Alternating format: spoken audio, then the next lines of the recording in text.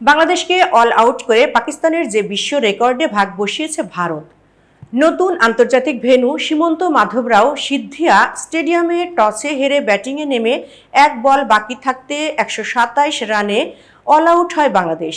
টি-20-র বিশ্ব champion Bharat ৭ wicket আর ৪৯ বল হাতে রেখেই লক্ষ্য টপকে যায়।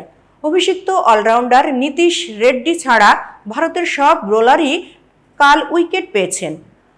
অর্শদীপ সিং ও বরুণ চক্রবর্তী পান ৩টি করে উইকেট, একটি করে শিকার হার্দিক পান্ডিয়া। ওয়াশিংটন সুন্দর ও অভিষিক্ত ফাস্ট বোলার মায়াঙ্কা যাদবের তাসকিন আহমেদ হন আর রান আউট।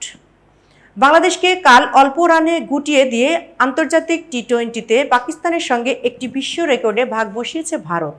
চির প্রতিদ্বন্দ্বী ভারত পাকিস্তান এখন এই সংস্করণে প্রতিপক্ষকে সবচেয়ে বেশিরভাগ অল আউট করার হিসাবে যৌথভাবে শীর্ষে। দুই দলই প্রতিপক্ষকে ৪২ বার করে অল আউট করেছে। তবে ম্যাচের হিসাব করলে ভারতই সফল। পাকিস্তানের বোলার ফিল্ডাররা ২৪৫ ম্যাচের মধ্যে ৪২টিতে প্রতিপক্ষের সব উইকেট নিতে পেরেছেন। এই সংখ্যায় পৌঁছাতে ভারতের লেগেছে ২৩৬ ম্যাচ।